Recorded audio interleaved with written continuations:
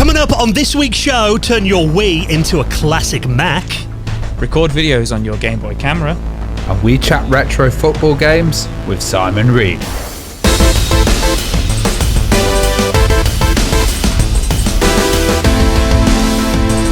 And the Retro Hour podcast is brought to you each and every weekend with our amazing friends at Bitmap Books. Now, obviously, we're into December now. You might be thinking about retro gaming gifts for Christmas. One of their books you need to check out, I'm Too Young to Die, The Ultimate Guide to First-Person Shooters, a glorious 400-plus page book that is a love letter to the early years of the first-person shooter. You can check that out and the rest of their retro gaming books at bitmapbooks.com.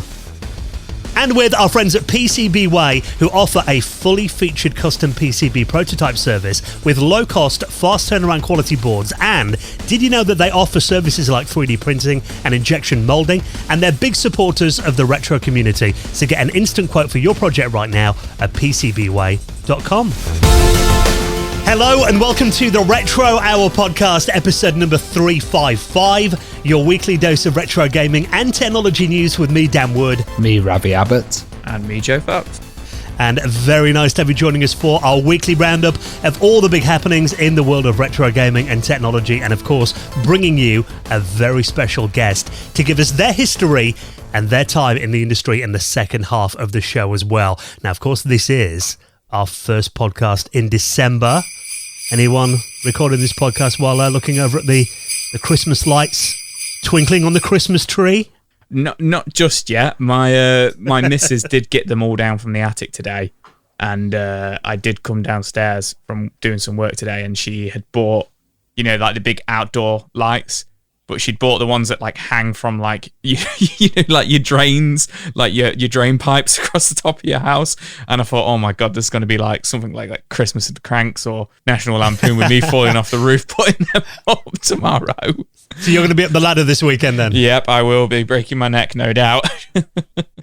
Well, it is insane that we're now into December. That means there's only 2 weeks to go until one of our favourite episodes of the year, the Retro Hour annual Christmas Super Quiz is coming up in a couple of weeks. The best of 2022 as well. All of that coming up over the next few weeks. And before we get into what's going to be happening on this week's show, just a quick reminder that we are now almost at the end of our Kickstarter for the Retro Hour book. And since last week's show, we have some pretty exciting news. We've only gone and done it. We've gone and done it. Somebody crank out the champagne, get the party poppers going. Yeah, no, we are. Slurp on the coffee in celebration. Yeah, slurp on the coffee. I've got a Dr. Pepper. No, absolutely massively blown away. Sunday morning, I think we all woke up to us hitting our target goal of 25,000, which is just absolutely blown us away. We had a few kind of nervous moments, especially before we actually launched it as well. Like, is this going to happen? As we've said before, it's kind of now or never with the prices of everything going up, but what that does mean is the book is happening. We've got, at the point of recording this, about 10 days left now, so there's going to be 7 days left by the time this episode comes out. But what's really, really cool is because we have hit it, we are now able to announce our stretch goal and some more of the features that are going to be in the book, which are absolutely awesome, aren't they, Dan? Yeah, so we just want to say a massive thank you to everyone who's made this a reality. The book is going to get printed. You will have it in your hand. I honestly can't wait to see what it looks like. And if you've seen any of the previews as well, you'll know that we've really put a lot of work into this. And like Joe said then, the aim is now that we've hit, the minimum, we can actually make this happen. We want to aim a bit higher and obviously make the book even better as well. So we've announced this week that there are some stretch goals as well. So the aim is if we can make 35,000 on Kickstarter, we're going to add in 4 brand new interviews with some more industry legends who we've never featured fully on the podcast before. Now, these are some pretty big names, and we've overcome things like language barriers and time zones and everything. Guess that we couldn't actually physically get on the podcast, but have actually given us their time for an exclusive interview in the book. So I know the first one you're very excited about, Ravi.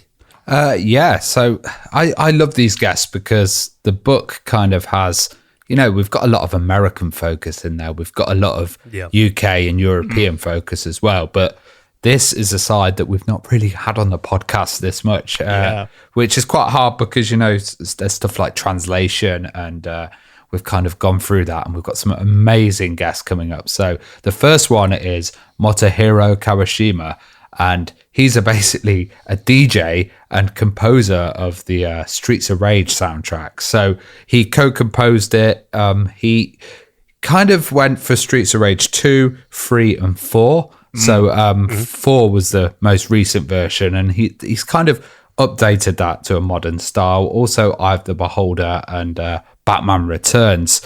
His style's wicked. The interview is telling us all about how they used to go to techno clubs and all this. I'm not going to ruin it, but there's some awesome info on that one. Just one thing to say on that as well is, I mean, these soundtracks to these games are so incredible. They've actually been released standalone on vinyl in the past. Oh yeah, Streets of Rage is one of the most like banging soundtracks that you can get. Yeah. It's like totally out of the club vibe. Then we've got Dylan Cuthbert, who's someone I've always wanted to get on the show. Yeah. He's the founder of Argonaut Games, and he's the kind of British guy that ended up getting taken over to Japan and becoming an integral part of Nintendo, and he's the main programmer behind the absolutely groundbreaking Star Fox and Star Fox 2.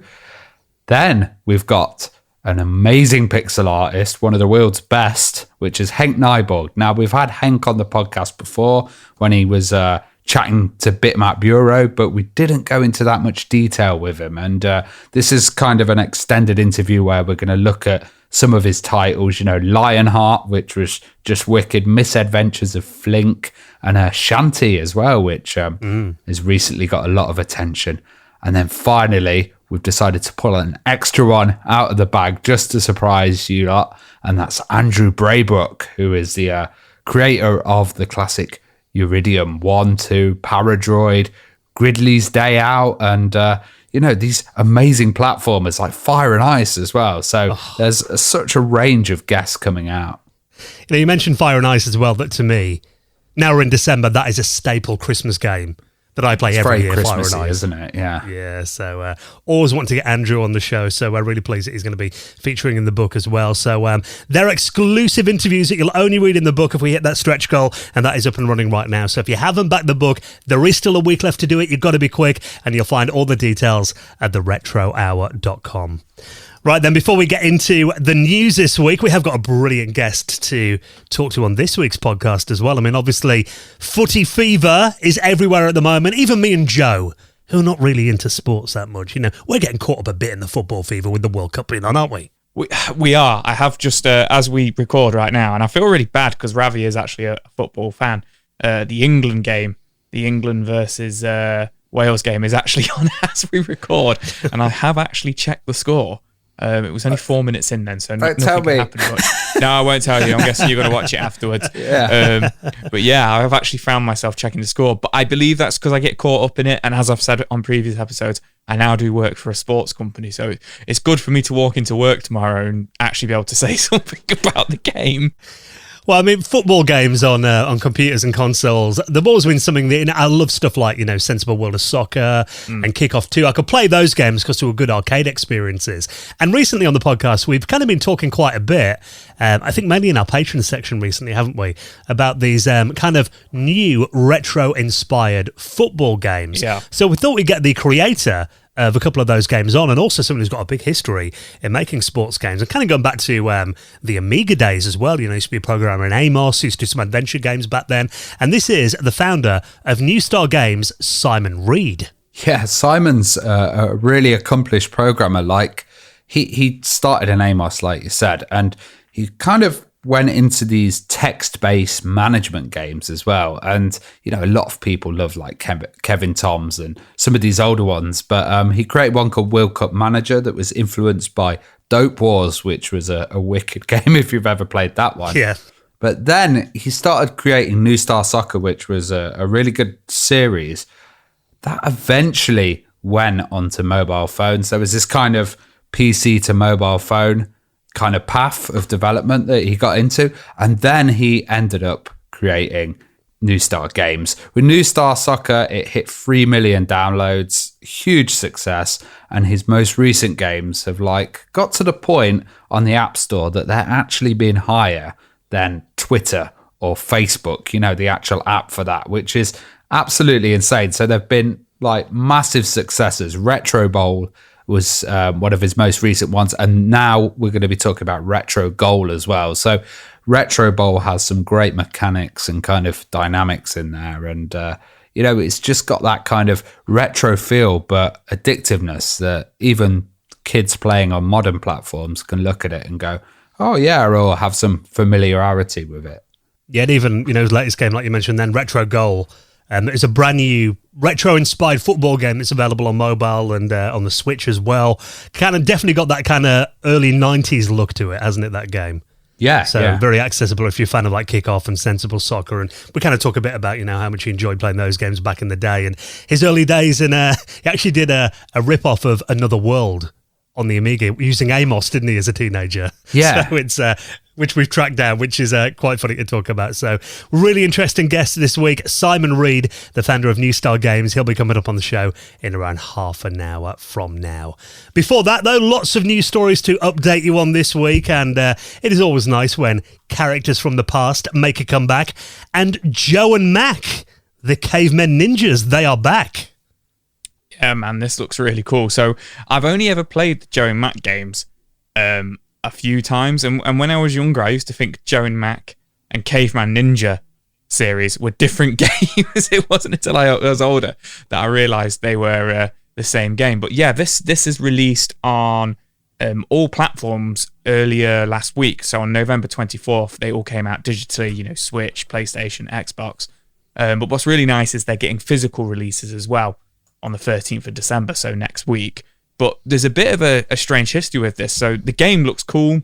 It's got a bit of a new style cartoon look to it rather than pixel graphics. Yeah, it doesn't look like it's got the shader kind of look on it. It's more like, to me, it's something like Asterix and Obelix, that kind of cartoon style. Yeah, it's got more of a cartoon style than like a retro look to it. But obviously it is a retro game. It's a platformer beat 'em up, which is right up my street. But it's got an interesting history. So this has actually been in development for 13 years, this game has.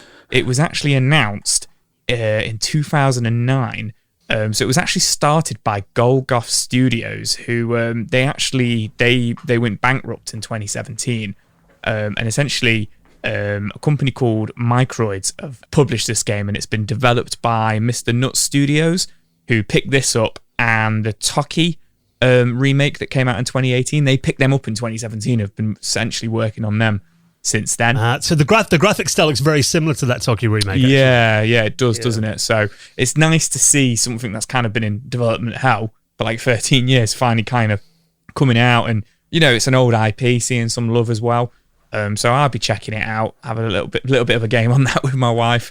I was looking at it, I was watching the trailer earlier on, and I was like, you know what? You've got what I was going to say, for Ragnarok, God of War Ragnarok, came out the other week, and I was watching this and I was like, I'd rather be playing Joe and Mac. Caveman Ninjas, I never knew about Joe and Mac because I wasn't a console guy. And how many games were there? Was it like quite a series? Ravi, it did come out on the Amiga as well. Oh yeah, well, it's probably one of the bad ports off a console. I want to say there was. Do you want to know? Can I just tell you what score it got on the One Amiga magazine review? Oh yeah, go on then. Scores appear. It got 22%. Oh, there you nice. go. And Amiga Power gave it the same, actually, 22%. Was there many Joe and Mac games? I think there might have been 2. There was Joe and Mac, and then there was one where you played as like their kids, I think, and then there was a Joe and Mac 2. So maybe 2 or 3. There might have been a Joe and Mac Returns or something like that. I think there might have been 3 or 4. There's definitely been a couple, but they're early 90s. This version looks pretty 90s as well. You've got a T-Rex edition that comes with sticker sheets. I've not seen sticker sheets in games for so long. Oh, wow. Trading card and a keychain as well. But yeah, sticker sheets, that really brings it back. I remember getting that does bring it back. James Pond 2, and it had like all these James Pond sticker sheets. It were quite good fun. But it comes from that era, because I remember playing Joe and Mac at my friend Martin's on his Mega Drive. I didn't have it on the Amiga or anything back in the day, but it was that weird era, around 92, 91, 92, when suddenly a lot of these kind of prehistoric games came out. You had stuff like BC Kid and Chuck Rock came out around the same time, and Son of Chuck. There was a brief era for about a year or two when suddenly loads of these kind of prehistoric caveman kind of games came out weirdly. It was a bit of a trend for a while. But weirdly, because we were talking about this a while ago, because when you sent the story over, I was like, I'm sure we've mentioned this on the podcast before. And I've done a bit of digging, and they did announce this about 3 years ago, that this was going to be an exclusive game on the Intellivision Amico. That's why it rings a bell. Okay. Yeah, so, which obviously I imagine probably isn't going to happen now. Yeah, it looks like they're bringing it out on a general consoles that people have actually got in their house and can actually own instead. I thought you were going to say we covered it because of, I know they did like a physical SNES cartridge release of it, like recently on like HMV and Zavvi and stuff like that in the UK. Yeah. They've done a lot of these like re-releases of like Mega Man and a few of the Disney games, but on like an actual Mega Drive cartridge. But like, it'll be like, transparent and colourful, so it's a repro. And they did do a Joe and Mac one of that, so I was like, maybe that's why it's ringing a bell. Maybe we covered that, but no, it was meant to be on the television. So I mean, again, it's always cool to see old franchises coming back, and if graphically it reminds me of that Toki reboot, and if any of the team were involved that made that, I mean, that was a really, really good update. Got that on the Switch, the nice collector's limited edition version of that, so that's really nice. So, I haven't got hold of the Joe Mac reboot yet, but that could be one to play over the Christmas break, I think. Looks really good, so I'll put a link to that if you want to check it out, and the trailer as well in our show notes at theretrohour.com. Now, we did have our patrons hangout last weekend, and as always, it always seems to be a bit of a topic that we talk about, retro mobile phones. It seems to come up quite regularly on our patrons' hangouts. And Ravi found a really cool website that is a game jam of people making new games for the Nokia 3310. Yeah, I'm going to go down the rabbit hole of like these dot matrix games and start getting a 3310 and modifying it for sure. Because I didn't actually realise kind of how many games came out on not only the 3310, I mean, I had Snake on it, that was about it. But also there was other devices that were around that time as well, including the Palm Pilot. Now, that was kind of a PDA by US Robotics, came out in 1997, kind of a handheld PC, mainly designed a bit like an Apple Newton to help you write notes and keep track of events, and then you could synchronize them to your PC as well via a parallel cable from memory. But also it had some simple applications that you could put on there, including people made a bunch of games. Now, it turns out that there are now, you can play these online, 116 games that you can emulate that came out on the Palm Pilot. That's pretty cool. Like, the Palm Pilot, I didn't really hear much about back in the days. It was one of these kind of names that I heard after the PDA craze. And I guess maybe that was because it was very American focused. And there was the Newton as well. There was like quite a few of these. I always remember having like the cheap Casio PDAs, and you couldn't do much on those. But this is pretty cool. And it seems that, archive.org are actually hosting it, who are always great at software preservation.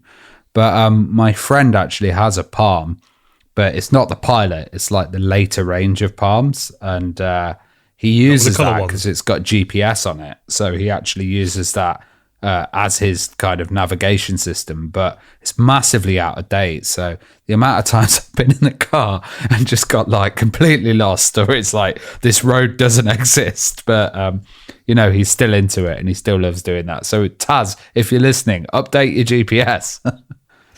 I mean, I kind of do love the look of these kind of, the old monochrome games that are very simplistic. I mean, you're not going to be playing Grand Theft Auto on here.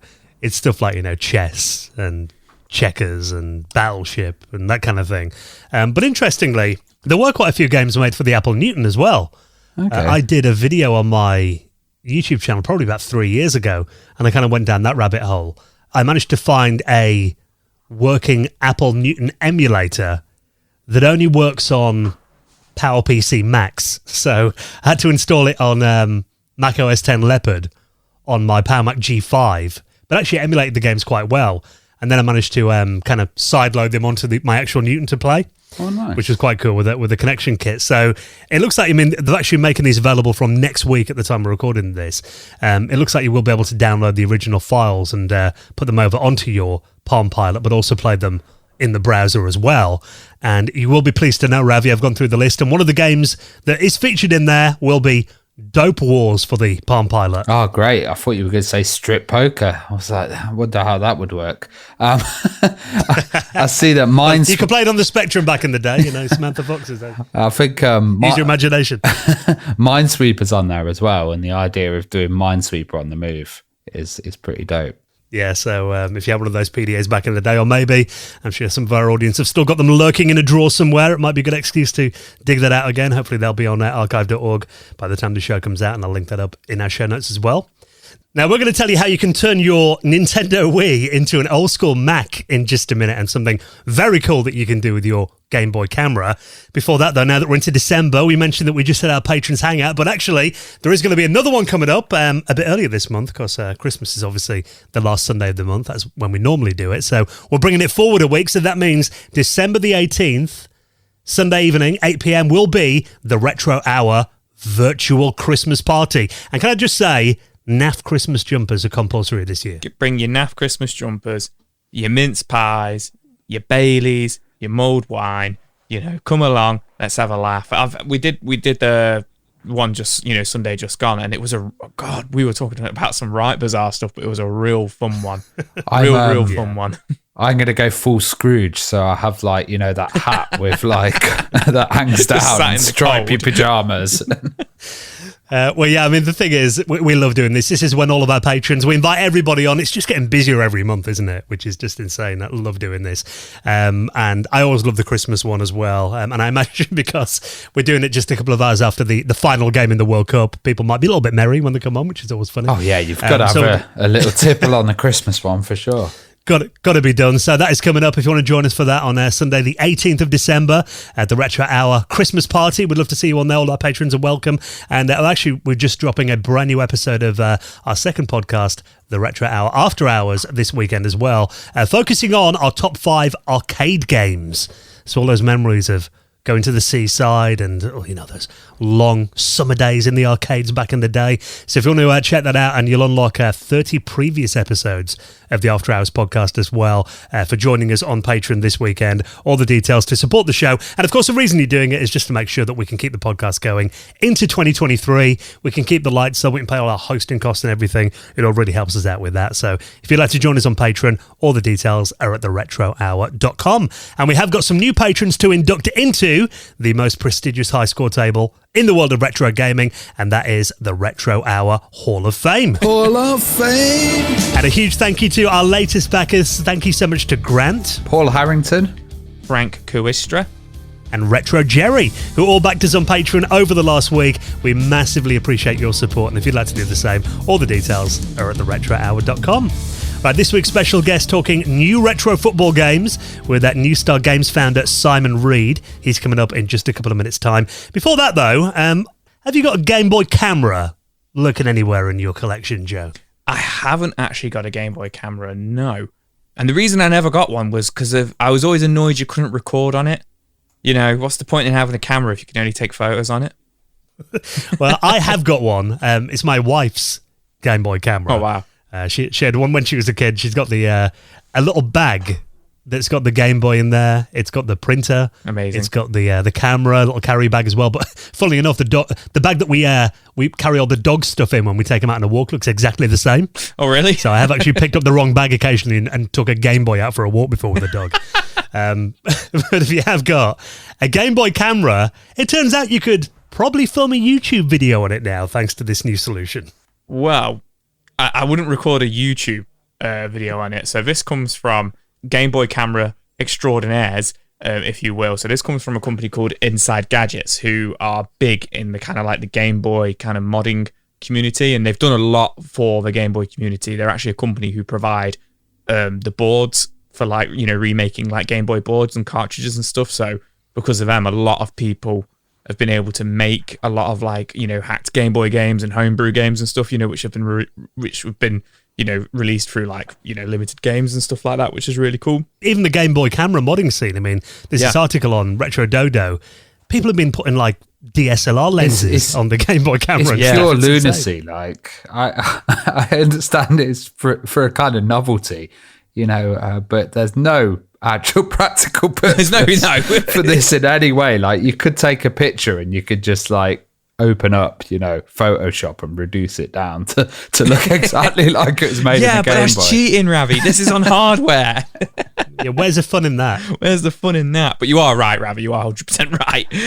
So this is the Game Boy Camera Pick and Record, which is now available.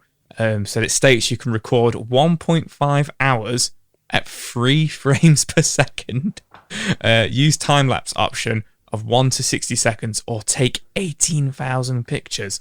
So my understanding is this is a mod board, a board essentially that you attach to the camera, that essentially on the Game Boy camera, it has like, before you take the photo, it's got like a bit of a demo bit where you can kind of like wave at the camera and stuff, like in it like a webcam essentially, for, it wasn't filming you, but you would see yourself moving on the camera and on the screen.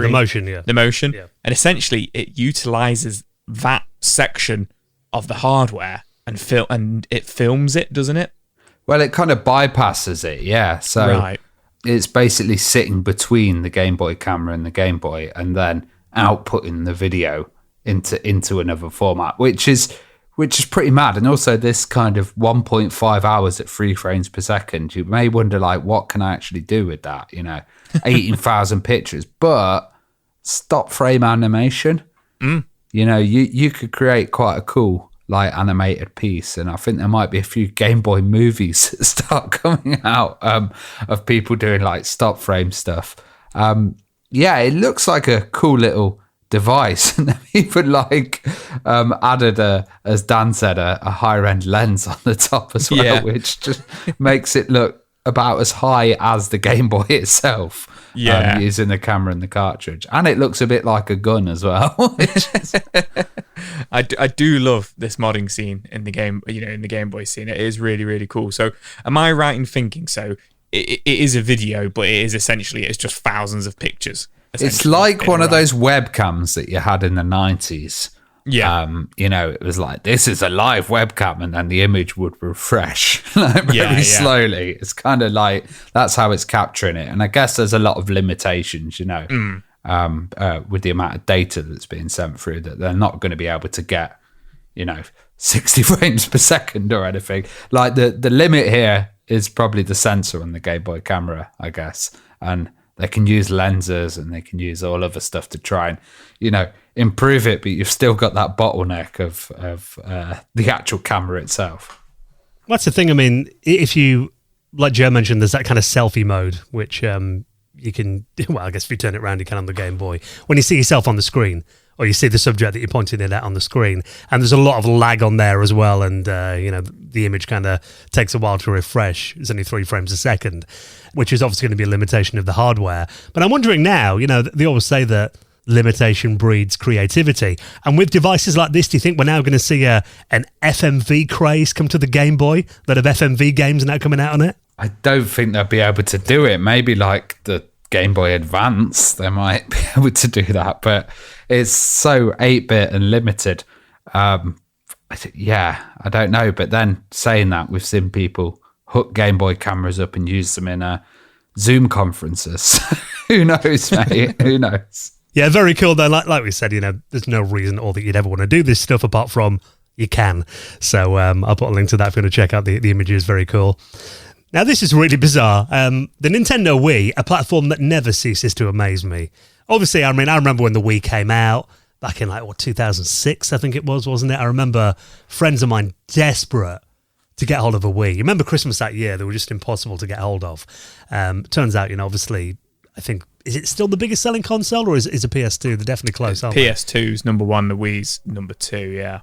Yes, I know, pretty much it's one of those systems that everyone's got one somewhere in the house. Even your grandparents have probably got one lurking under the TV or in a cupboard somewhere. Just the system that completely changed the world. And that era that, really defined like the after party, didn't it? You'd always end up going back to someone's house after a night out, or weekends around your relatives playing Wii bowling and Wii Sports and that kind of thing. So the Nintendo Wii, and a great scene as well for modding, which is something that we talk about a lot on this show. It makes a really good emulation system. But I didn't think I'd ever see anyone running macOS on the Nintendo Wii. Yeah, it's really interesting. This is running Mac OS 9, and Macs are PowerPC based, which is interesting. And I guess there's some part. They were then. Yeah, I guess there's some part of kind of that code base that's being translated here. But it's really interesting. They're so good to kind of mod. Having the SD card slot at the very front and being able to do, a soft mod and getting into that homebrew menu is really easy. And there's a huge amount of stuff available for the Wii. I enjoy modding it myself. I've got a Wii U, but inside the Wii U is a virtual Wii as well. So I actually, mod that as well. And it's a really cool little system. And it's one of the best emulation kind of devices out there. If you can get this huge array of emulators all set up and running well, it's pretty beautiful. Now, this is a YouTuber called Dan Dumont who's uploaded this video. Now, the video's in French, and the blog that he's uploaded as well in French, but we've kind of used Google Translate, and also there's a really good article breaking it down on Nintendo Live. Yeah, so what he's done is he's running macOS version 9.2, which came out around 2000, 2001. I think that was the last classic Mac version before it went on to macOS 10, which is kind of the foundation of macOS today. But yeah, he's got it running, and he's used basically a version of Linux that you can boot on the Nintendo Wii that then can emulate classic Mac software. So I do remember reading about this back in the day. Mac on Linux, it's called. So people used to use this to run Mac applications on Linux back in the late 90s and early 2000s. And it turns out he's actually managed to get this booting up on the Nintendo Wii. Now, it does mean that he can boot up some old school applications on here, including Internet Explorer 5, that was the default browser on the Mac back in the day. Unfortunately, Wi-Fi doesn't work or anything on this emulator, so you can't actually get on the internet. He even shows iTunes loading up on here too. Another little disclaimer, there's no sound drivers, so you can't play any music. And you can even play a game of Doom running at a very unimpressive 1 frame a minute. So this is not usable by any stretch of the imagination. It is painfully slow, but it does prove that yes, he can do it. He's actually managed to get macOS running on the Nintendo Wii, which I think is just an achievement in itself. I guess it's because there's no driver support or anything like that. It will probably be going oh, what's the graphics card? Oh, what's this?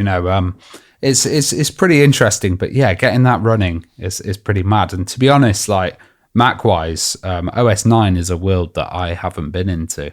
I was OS X and all the kind of later ones. So yeah, this is really interesting. If you want to fire it up and check what it's like with your Wiimote, then you can experience Mac in a unique way. Yeah, if Internet Explorer wasn't painful enough to use, you can now use it with a Wiimote on a Mac at about 1 frame a day.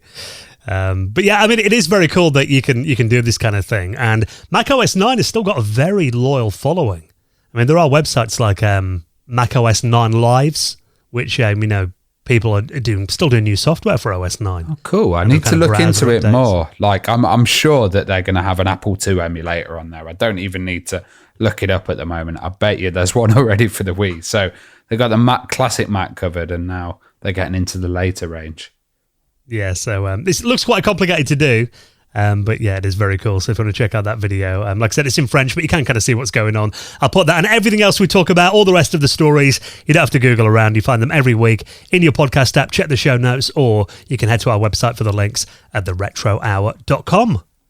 Now, we're going to be chatting to this week's special guest, Simon Reed from New Star Games, in just a moment. Before we do that, let's take a quick second to give a big thank you to this week's sponsor, and that is our incredible friends at AdBot. Now, Ravi and I both do this in our day jobs. I mean, you work on websites for people. Part of my day job is I work in marketing, so that means that, I spend a lot of time in stuff like Google Ads. And I've got to say, anyone that uses stuff like Google Analytics or Google Ads and that kind of thing, Google, I think, is generally, their software is made by very clever programmers who don't always make it user-friendly. Yeah. I think in their mind, they look at the way the user interface works and it makes sense to a programmer, but for the end user, they can be a bit overcomplicated sometimes. I don't know if you find the same, Ravi. Yeah, it can be overcomplicated. It's hard to work out, but also it's the most dominant platform in the world for advertising. And it's really, really quite efficient once you can effectively use it. Yeah, well, I mean, they own 92% of the global search engine market. So if you've got a product, you've got a service, you've got a company, you need to be on there. And if you're doing advertising, this is a really good solution now. Google Ads can be really complicated if you're not working with an expensive agency. I mean, they've actually worked out that it can take you up to 20 hours a week to run your own Google Ads efficiently. And obviously paying an agency is very expensive, but that is where AdBot comes in. Now, AdBot is Google Ads done for you using artificial intelligence and machine learning. So that means they completely take over the day-to-day management of running your Google Ad campaigns. So really, it's like outsourcing your Google Ads to a bot that's going to keep learning as it goes on. And you know, you and I love bots. Oh, Big fans of AI, aren't we? Yeah, I've used bots for years. Like even our Discord channel is moderated by a bot. You know, they're kind of designed to make life easier, and with AI, you know, bots are going to get a lot better, and they work 24/7 as well, and 7 days a week. So you know, your bot isn't going to go on a tea break. It's going to be doing a lot of work for you. So with AdBot, I mean, you can automate your Google Ads in under 10 minutes, pretty much having your Google Ads on autopilot, and you spend less than 30 minutes a week ranking searches to help your bot learn. So they reckon they've worked out the maths here. This is going to save you on average around 75 hours a month. And it's so easy to use as well. I mean, honestly, you'd have to be an expert at Google Ads, digital marketing, or even advertising. Your grandma could use AdBot. It is that easy. 100% more effective than you doing it or someone doing it for you. And they're a trusted Google certified partner. So if you'd like to outsource your Google Ads to a bot and see what a big difference it can make, then why don't you try our exclusive offer just for listeners of the Retro Hour podcast. So if you head to this link right now, myadbot.com, and use our exclusive promo code, which is RETRO.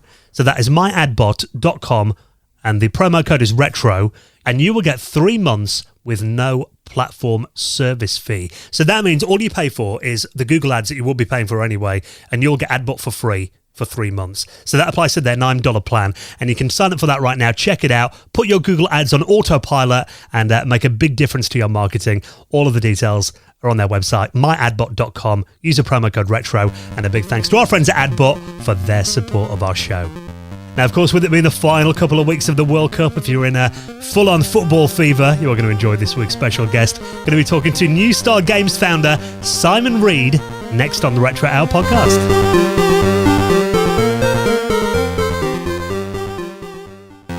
You're listening to the Retro Hour podcast, and it is time for this week's special guest. Now, obviously, everyone's been thinking about football with the World Cup recently, and we've actually been talking about some incredible new retro-style football games. So we thought we'd find out a little bit more with our guest this week, Simon Reed, who is the founder of New Star Games. Welcome to the show, Simon. How are you doing? I'm very well, thank you. How are you? Very good, thanks. Now, before we get into these amazing football games and other sports games that you've worked on so far, it's always nice to kind of go back to day one with our guests and kind of find out, you know, where their geek credentials started. So can you remember what, you know, initially got you interested in video games? And do you remember where it all began, your first experience? I do, actually. It was my grandfather had a little video game device that he plugged into the TV. It was basically one of those kind of Pong, let's say grey import devices. And it basically played Pong, and then like a version we had 2 bats on the screen, which was meant to be soccer. And it was very glitchy. I remember one of the controllers didn't work very well. It was sort of wobbling around the screen. But that was my first introduction to video games, and I think I was probably hooked from then. What was your first kind of home system like? I read that you had an Amstrad as well, so you were a bit of an Amstrad fan. But my first ever computer was a ZX81, which I bought second-hand. Well, my parents bought me second-hand. I was probably about 9 years old, I think. And that was a kind of glitchy system as well, where I don't know if you remember, you had to plug a tape cassette recorder into it, and if the settings weren't just right, things wouldn't load. I don't think I ever got a game to load on it. I just experimented with like programming BASIC and things on it. Yeah, so that didn't last long. I think the best machine I had in those days was a VIC-20, which was handed on from my cousin. I remember playing Football Manager on it and things like that.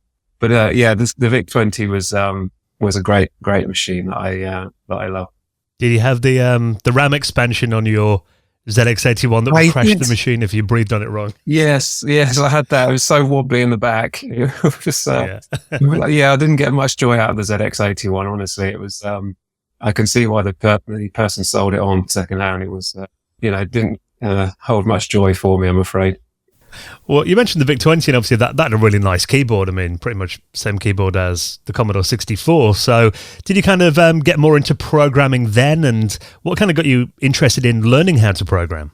Well, I mentioned Football Manager, and that was one game that really inspired me to write my own games. I started learning BASIC straight away, I guess. And by the time I got my Amstrad, which was after the VIC-20, I spent hours and hours just in my bedroom coding, trying to make another Football Manager game. And back then we had, I don't know if you remember the meter that you put a 50p in to keep the electricity going. Yeah. And occasionally the electricity would run out and I hadn't saved anything. So I had to back it all up onto cassette. And I would be I'd probably scream for a bit, and my mum would be going, "Oh no, it's not happened again, has it?" I'd lose hours of work. But yeah, that was my inspiration, Football Manager, to create a football game. So were you much of a footy fan then? Like who do you support, and were you constantly checking teletext as well? Yeah, I was Spurs fan, which started when Spurs were in the FA Cup. I think it was 81. So I was about 5 years old, and I remember seeing Chaz and Dave on Top of the Pops or something, singing about Spurs, and I loved the song. I think it's Hot Shot Tottenham, something like that. And so for Christmas, somebody bought me some Spurs sweatbands, and that was it. I was a Spurs fan from that moment. They chose me, as they say. Chaz and Dave influenced you. Yes. I love that. Yeah. I hear that you were a fan of like Match Day 2 as well. Why was that game so important? That was probably the first game where me and my best mate at the time just started playing against each other, 2 players. So he'd come round and I'd play it on the Amstrad, and then I'd go around his and play it on the ZX Spectrum. We'd compare them. But yeah, that's where it was a great rivalry. This rivalry went on from early teens or sort of 11, 12 years old through to our 20s, where we were playing on Xboxes or whatever. But yeah, that was one of the first games that we used to play against each other. Soon followed and surpassed by Emin Hughes International Soccer, which was one of my all-time favourite football games. You mentioned Kevin Tom's Football Manager. I mean, were you also really interested in that side of it as well? And I imagine the management aspect rather than just the game of football. Yeah, well, the Football Manager basically inspired me because it was mostly text-based. And it's like, well, that's just kind of, getting text up on the screen. You can do that in BASIC quite easily. So that's where it felt like that was an easy game to make, whereas opposed, to Match Day 2 or something, which is all graphical. I had no idea what I was doing there. And it wasn't until programming languages such as AMOS came along that allowed me to experiment with sprites and things. I'm not one of these guys that can show, code in machine code or anything like that. It has to be very high level, coding for me. I'm more of a designer, I guess, than a coder. It's interesting because back then I mentioned teletext and stuff, text with football was, you could get some excitement in there. You could actually get, a kind of feeling of the game in the match where now, you'd have to watch it or watch something, and even listening to the radio is a bit kind of out of date compared to everybody watching it on satellite and stuff like that. Yeah. Did you like that kind of excitement and the language that was used in text games? Yes, I mean, I'm not big into RPGs and those kind of text-based adventure games. And today I find like Japanese RPGs and things like that, which are very text-heavy, story-heavy, and loads of dialogue between the characters and things. It actually really turns me off. I'm like, I can't be bothered with this. I want to get to the action. But with my games, I tend to use text quite a lot to just skip through the boring parts of the action, if you like. So where you've got defending to happen, it's like, let's just put a couple of lines of text that'll solve that. And so it's something that I do rely on, but try to use sparing. I don't like games that just throw too many words at you. It needs to be concise. And I always find it like you'd have a text description of a match and you like read it in a newspaper and you think, oh, that sounds interesting. Then you watch the goal and you're like, oh, okay. It's not as kind of hyped as they said. Well, you mentioned about AMOS as well. That was a really good basic programming language for the Amiga. By the lovely Francois Lyonnais. We've had him on the podcast before. And obviously, I imagine you got a hold of an Amiga by that stage then. I mean, did AMOS help a lot then? And also having, a 16-bit platform to develop games on. Kind of tell us a bit about that. Yeah, well, I think AMOS was the first time I could actually get some graphics up on the screen. We had an Amiga. Me and my football game buddy, Mike, we actually bought an Amiga between us. Well, actually, his mum bought it, and we paid her off weekly, with our pocket money or whatever.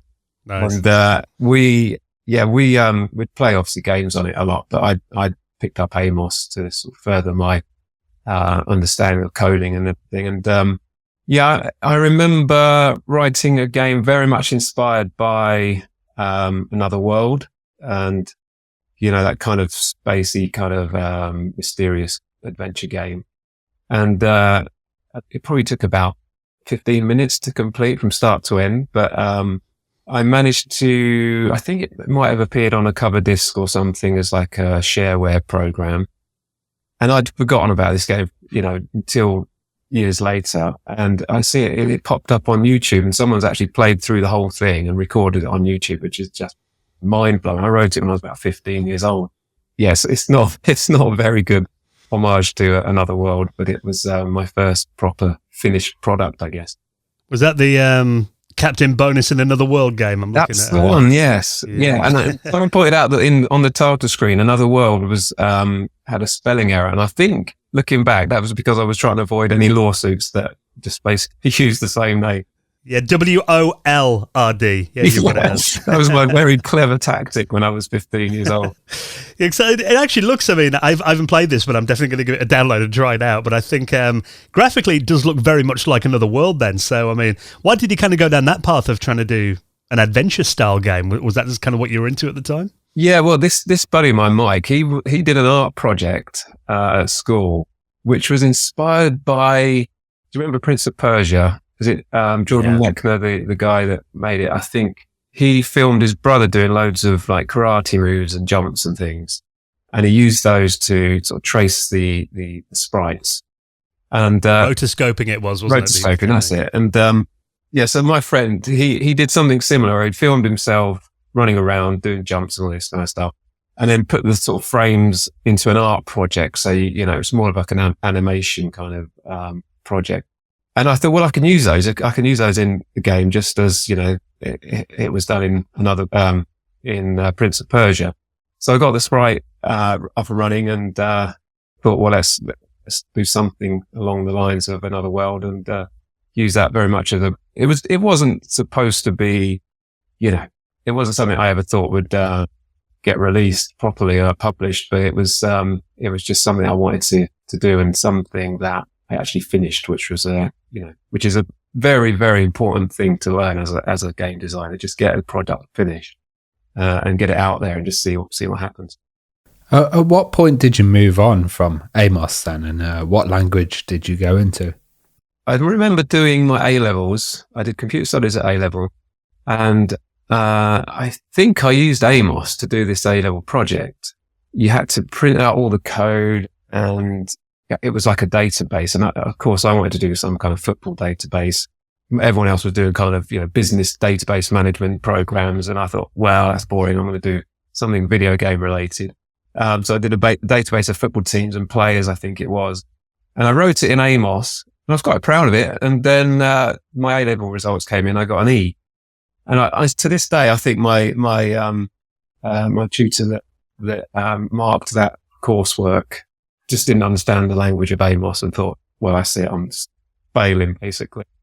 I got an E for A-level computer science, and gave up on my dreams of being a coder, I guess, a game designer. So I went to uni and studied English literature.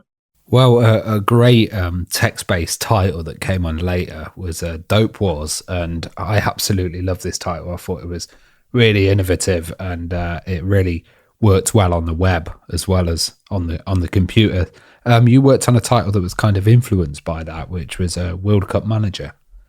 Yes. Well, after my uni days, which I barely touched a PC for 4 years. It was I remember the girl in the room next to me had a word processor, so that's how we did all our essays and things. It was we borrowed that one and printed them out. Just towards the end of my university days, I remember doing a HTML course. It was like a something you could just tag on to your studies, and it was my first time actually using the web and seeing how web pages are put together. And obviously it was very rudimentary back in those days with hyperlinks and everything being this kind of newfangled technology. Yeah, so I that was my first kind of taste of PCs. But when I left uni, I came back home. Yeah, as you say, Dope Pause was sort of doing the rounds and was this kind of sensational, slightly scandalous game where you had to buy and sell various substances to make money. And I thought, well, that looks really simple. That's just it's basically a Windows app with some buttons, which, is using the text very cleverly again. It feels like a really interesting game. I thought I could do something similar, but for football, and make a World Cup Manager game. So yeah, that was my first sort of foray back into coding. So I was learning C++ back then. And to be fair, that game could have been about anything, really. I think that kind of the mechanics of it were really interesting, and the kind of buying and trading and stuff. And you can see how that can apply to football and players. It's become, I mean, that whole kind of, I suppose it's like an early tycoon game, isn't it? Where you kind of level, as you earn more money, you can buy more things, and then you make more money from that, and you level up and buy more equipment. So I think in that you could buy a gun to defend yourself and things like this. But obviously when you start out, you just got a few dollars to spend. And that whole ethos of leveling up and the RPG side of it is just massive now. I watch my boys playing, I've got 3 young boys, they all play Roblox. And so many of those games revolve around that tycoon aspect of starting with nothing and then, building up a portfolio of items that help you earn more cash, and then you level up those items. It's just, you can see the seeds of it in games like Dope Wars. Yeah, I think in many ways as well, that kind of gives you a good foundation in life, doesn't it? It's kind of a bit of a training for going into the business world later on, I guess. Yeah, you do wonder. It's like their minds are completely tuned into this kind of idea that you just start with nothing and you can end up being a tycoon. So what led to you forming your own company, New Star, in 2003? I think World Cup Manager came out. I put it on the internet on a web page. People could download it for free. I think there was like a donate button. May have made a few tens of dollars or something, pounds. But I followed that up. Did I do that? I think I might have done the European Championships a couple of years later. And then I thought, well, I need, if I'm going to start making money, I need to create a company, and set up New Star Games. It was just like a sole trader company. So any money that came in through selling these games would go into the company. Yeah, I think New Star, I wrote the first New Star Soccer, which was very similar, all text-based, just buttons on a Windows app. And that started sort of getting a bit of a fan base. Again, not much money, only a few $100, but it was something that I sort of felt really passionate about. And I just kept upgrading it, and making new versions. And with each one, the success would grow. And it was just really, really exciting. Do you think there'd been a kind of gap of those like management and those kind of RPG style games in the kind of PC era, and having that coming out at that time led to this like fan base and following? I guess so. Yeah. I mean, the only game that I could remember that was in any way similar was on the Spectrum. It might have been on other machines, but I remember it on the Spectrum. My friend had it. It was Footballer of the Year, published by Gremlin. And I think that was, all about scoring goals. I think you had cards that you could, it was a bit like a board game in that sense, where you'd pick up a card and it'd have you'd earn some cash, or you get another shot for the next game, something like that. And it was all about being a player and winning the league. And that was something I don't think really anyone else was doing. There might have been the odd game here and there, but it was something I wanted to do. But go into it a lot deeper, have proper divisions and pyramid system, and a bit more control over your life. So having, a girlfriend, dealing with your teammates and your boss, that kind of thing. That's really interesting, actually, having like the lifestyle of the players, because you play a lot of these games and it's like they're just these kind of sprites or these objects that you have that help. You have the stats of their speed and stuff, but you don't have elements like their girlfriend and all these extras. Do you think that helped it kind of personalize the series? Yeah, absolutely. I mean, everyone loves the casino, and I'm not sure.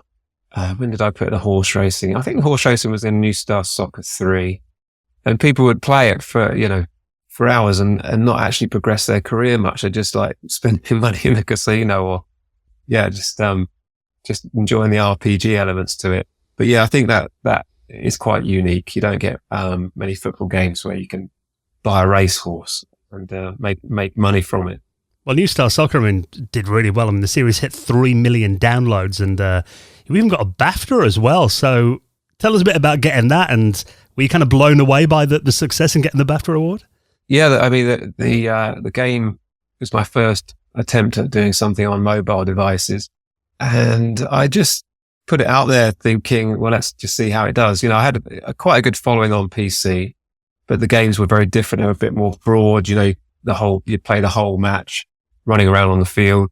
Whereas the mobile version was really streamlined, where you just have chances to score goals, very much like Footballer of the Year. In fact, yeah, it just grew and grew like that. I also put a web version out. So the web version helped increase the downloads on it was only on iPhones at the time, initially.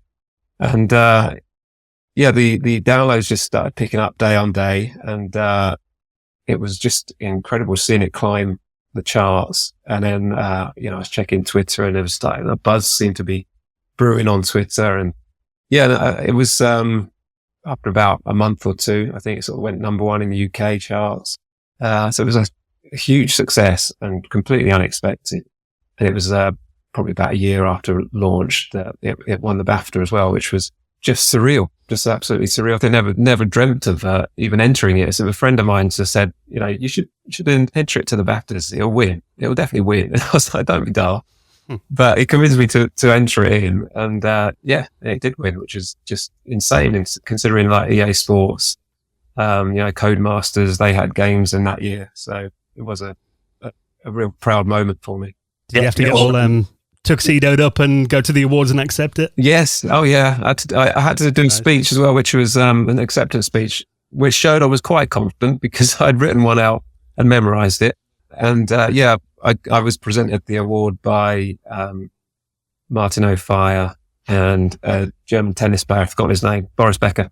Very cool. So, kind of looking to today, obviously New Star Soccer had a lot of fun elements in there as well, and kind of in many ways felt that it didn't take itself too seriously. But do you think today that too many games kind of focus a bit more on realism and, kind of lose that fun element with things like microtransactions and that kind of thing? Yeah, obviously on console there isn't a huge range of choice, and it's all very much trying to look like Sky Sports TV presentation, which really bugs me. It's like I don't want it to feel. I'd rather it felt like you were a fan in the crowd than you're watching it on TV with all that kind of pizzazz and screen wipes shooting across and replays cutting in, all that kind of nonsense. So that's annoying. But yeah, on mobile, it's a better, more choices on mobile. But yeah, I think a lot of games, there's been a lot of New Star Soccer clones over the years, and none of them quite get it right. Most of them ruin it with microtransactions. And that's something I'm very sort of, wary of. There are obviously things you can buy in my games, but I try to keep it fair, and try not to nickel and dime players. Well, you took the New Star Soccer series to like 5 games. How did the series develop over time, and why did you move on to like Retro Bowl and Retro Soccer? Well, the initial games on PC were just I just iterated on each version. I got to New Star Soccer 4, which I wrote whilst Lucy and I, she's now my wife, we travelled around Australia for a year. She was working as a nurse. Like, we spent 3 months in Sydney, 3 months in Melbourne, and 3 months sort of travelling. And I was writing it like whilst out there on my laptop, thinking it was going to be a huge success because New Star Soccer 3 had been a big success. But actually it came out and it was, to be honest, it was bug ridden, and it didn't have the kind of instant appeal of New Star Soccer 3. So it was a complete letdown. And for a few years after that, I was kind of a bit disheartened by New Star Soccer. It didn't, I kind of left it alone for a bit. I did some other sport games, trying to claw back some money that, because we'd gone into a lot of debt traveling around Australia and not actually working, just working on a game that didn't make any money in the end.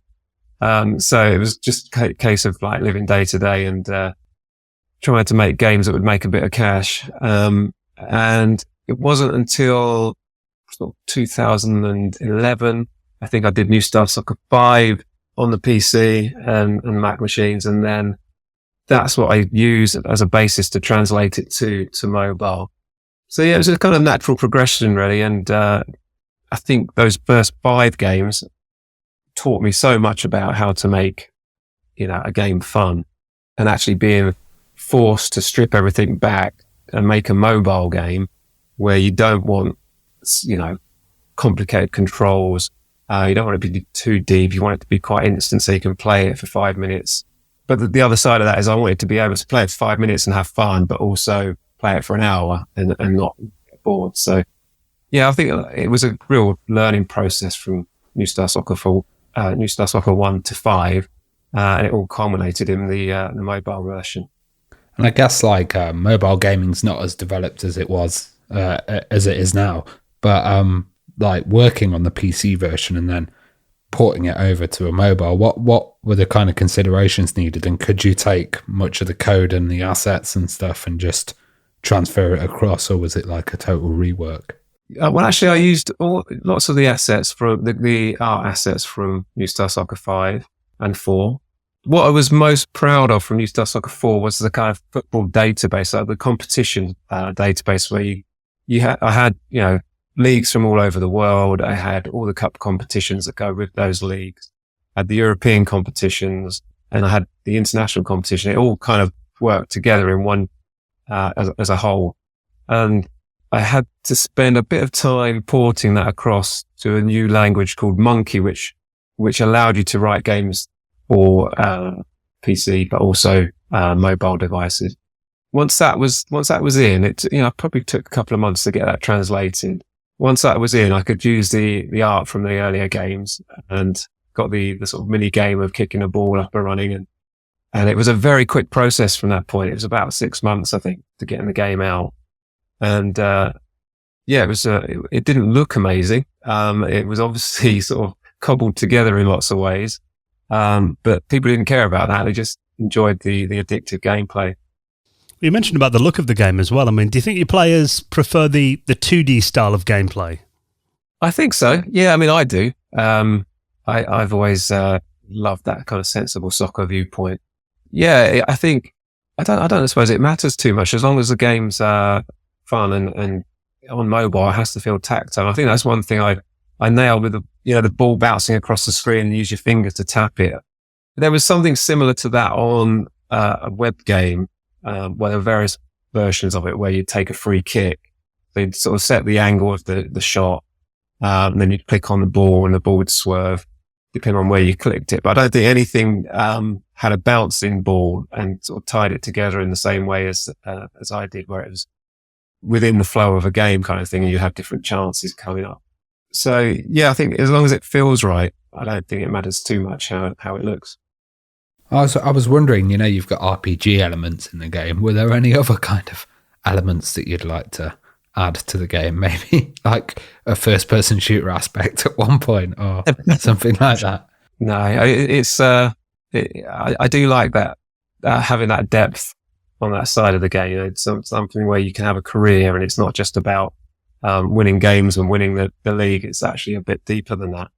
So if it made sense to have any other mini games, I'd use them, but everything had to be sort of short and snappy and not detract too much from the sort of game loop.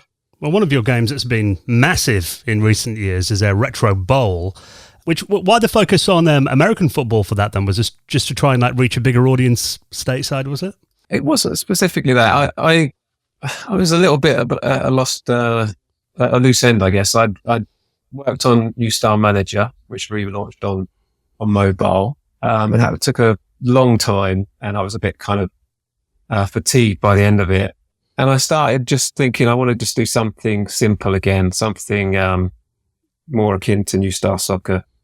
And I started out thinking about doing a kind of American high school game where you were just, you had a life to manage, where you had friends, and family relationships and teachers. Part of that would be having these mini games, one of them being throwing an American football and to a teammate in the park, and then with the opportunity to maybe get selected for the high school team. And I just worked on that mini game, and it felt so good just throwing this ball, and seeing your teammate run along and catch it. I started to develop it further and got, 2 teams of 11 on the field.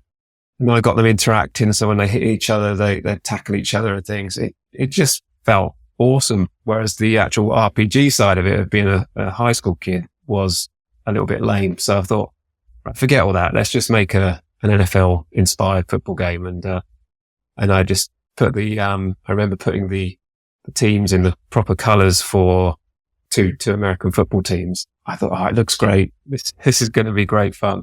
And again, the development, once I'd been inspired and knew where I was going with it, the development was really quick. And I think again, within about 8 months, I'd gone from that to having a finished product.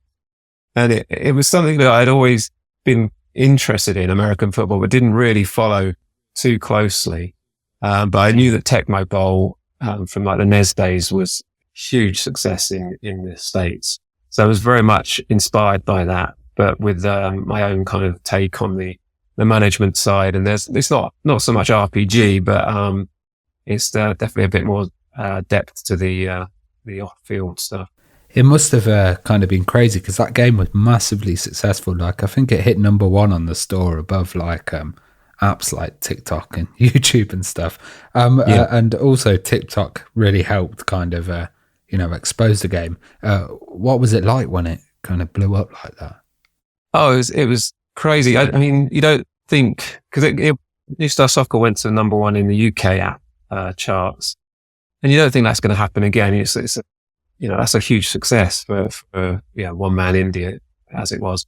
And it was interesting because I launched the game, well, we're getting the years now, but it was a good year before it had any success. I launched it around the Super Bowl time, and it got an instant kind of following because Apple featured it, and suddenly sales were good. And I was really, really pleased. It was doing well, but it wasn't until the following, so it must have been a year and a half later, that it sort of picked up again. I'd been working on it constantly, updating it, improving it, but it just seemed to kick off with the start of this season about a year ago and just kept climbing the charts. And it was around the time of Squid Game sort of craze, and there were a load of Squid Game clone things on the App Store, and they were all sort of sitting in front of Retro Bowl.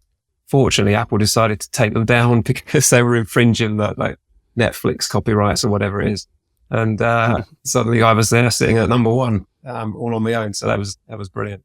I mean, talking about that aesthetic, I mean, you mentioned the NES as well. I mean, why did you decide to go down the old school kind of pixel art look and make it look like an 8-bit game?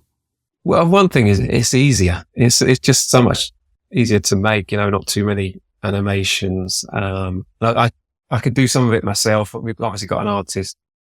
John Savage does the Retro Bowl games, but I can tweak things. I can just sort of hash things together myself. And, if it needs to, then that's when I get a professional to actually help. But it's actually good fun trying to do it myself. And, yes, it also, it's just, it's nostalgic. That's the games I loved, growing up. So, And I don't think, I mean, even my young boys play Retro Bowl and New Star Soccer, and they're not put off by the graphics. So it's not something that I think many people worry too much about, as long as it plays right.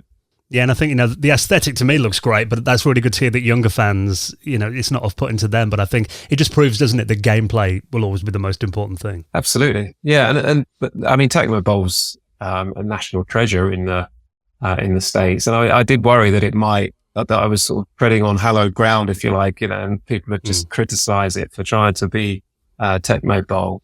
But they're very different games. This is a touchscreen based game with management elements. There's not very much in that sense on the original NES games.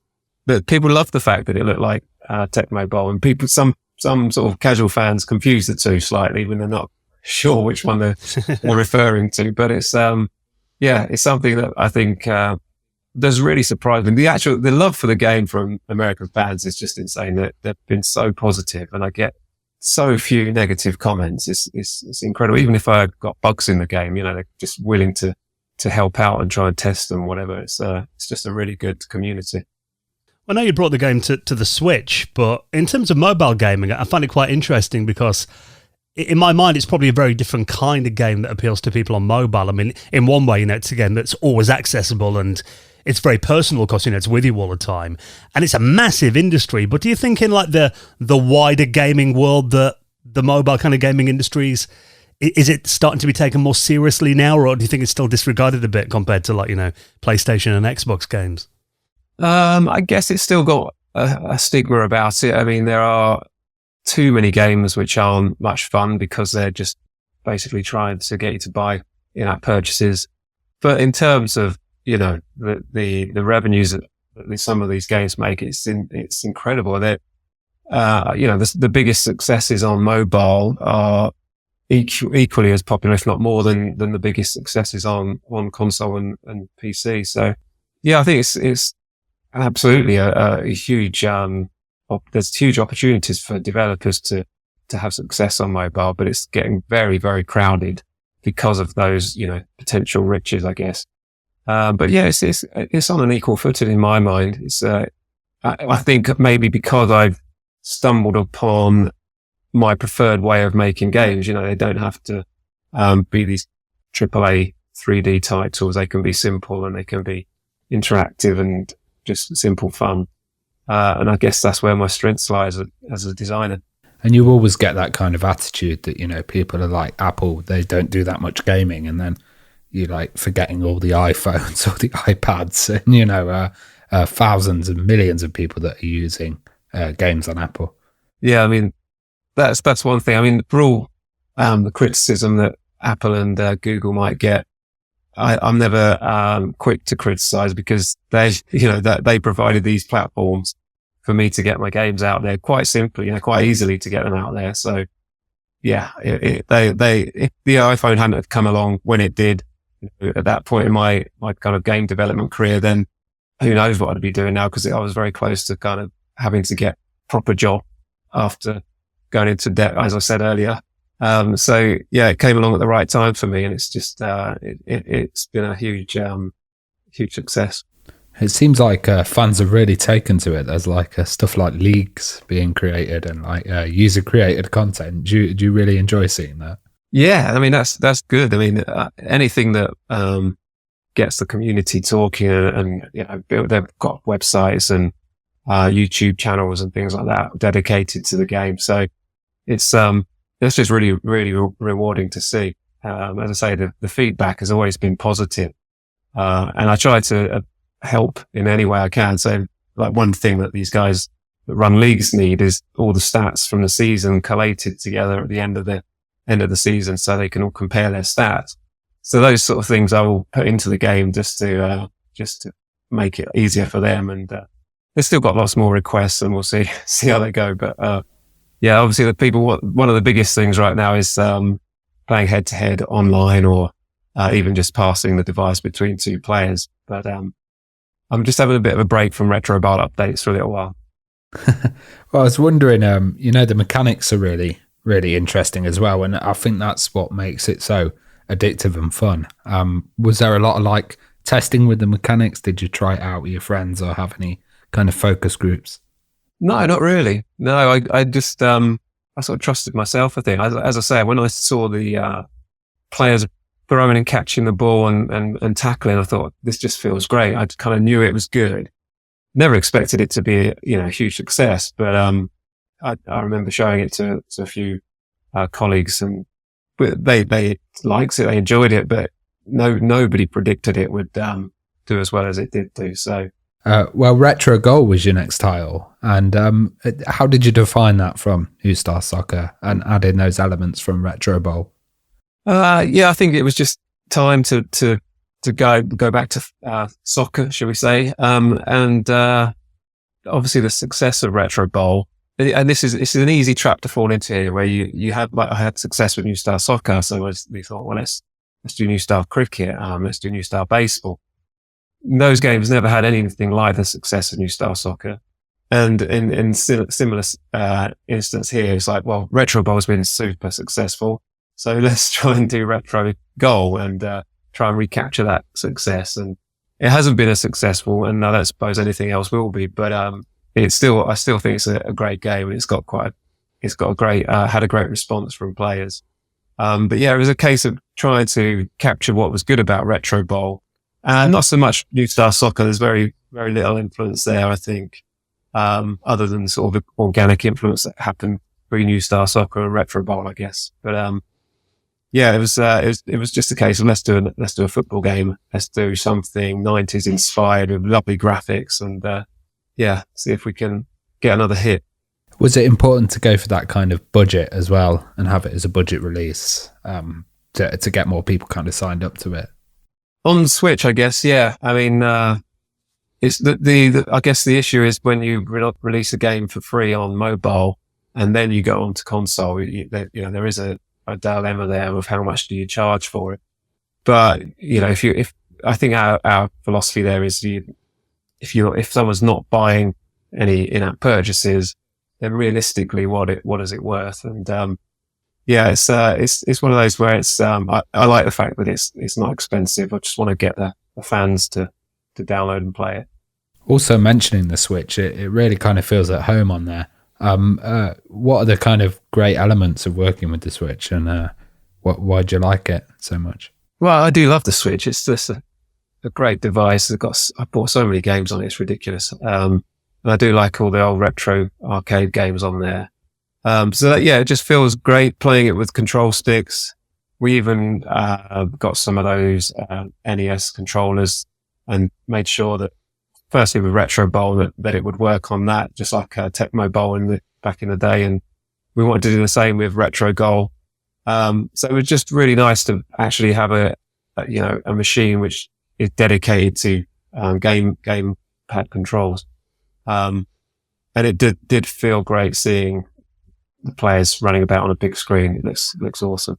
And I think the Switch kind of lends itself well to retro games, doesn't it? It does, yeah. I mean, there's so much on there, and I've been going through a bit of a shoot 'em up phase at the moment. I'm just looking up old arcade shoot 'em ups. So I'm doing a bit of research, shall we say? That's what I tell the wife anyway. Well, Retro Goal, at the time we're recording this, it just landed today, didn't it? But so people can obviously go and download it now off the eShop. Yes, yeah, and it's and if you'd rather try it out for free, you can just download it on your phone or tablet and see what you think. Definitely. Well, have you got any plans to explore any new kind of genres? I mean, you kind of mentioned, cricket and that kind of thing. And is that anything you do in the future? Yeah, I mean, we're always thinking about new sports, particularly. I don't know why it tends to be sport all the time, but I've got a hankering to do something a bit sci-fi, a bit spacey. That's why I've been sort of looking at shoot 'em ups recently. But that's just, at the moment it's just thinking about it and wondering what the next project will be. So I don't know quite what the next one will be for me.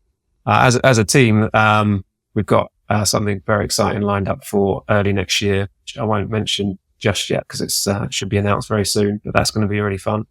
Nice. Well, you have to let us know, Simon, when you're ready to announce it. Definitely. Yeah, we shall. Well, Retro Gold is available now on your phone or the Switch as well. Obviously, I'll put a link in the show notes. Really good talking to you, Simon. That journey, from doing that the VIC-20 programming through AMOS and now having these massive hit games, just an incredible tale. So thank you so much for coming on and sharing some of your memories with us. It's nice to talk to you. Oh, it's been a pleasure. Thank you.